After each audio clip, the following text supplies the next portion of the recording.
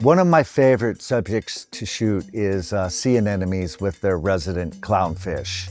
And if you've dove the Caribbean a lot but haven't made it to the South Pacific, when you get there, it'll be a real treat. Now, the first time that you find an anemone, and keep in mind, these are big. These are anywhere from the size of a bowling ball to a beach ball.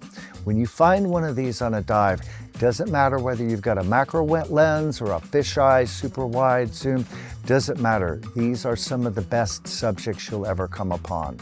So when you see your first anemone, remind yourself, this is the ideal subject. Macro wide angle, there's tiny fish, tiny shrimp living inside there, and the anemone itself is quite big.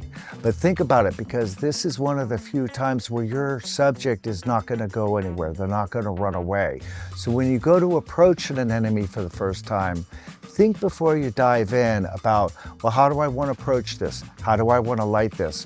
What do I want to do with my strobes, my settings, and what do I want my background to be? Since anemones are fixed in position, more or less, they're static subjects, so you can set the scene up the way you want. And it's best to think about that before you rush into the subject and start firing your strobes. I prefer to shoot them with flash.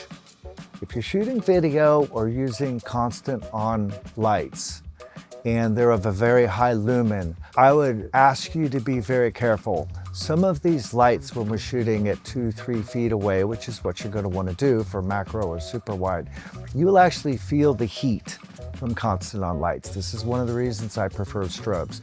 Constant on lights can work great, but keep in mind that if you keep them on that anemone for too long, they're actually going to change. You may see them go from open to closed or closed to open. So be respectful of these very special subjects. Can only be found in certain parts of the world.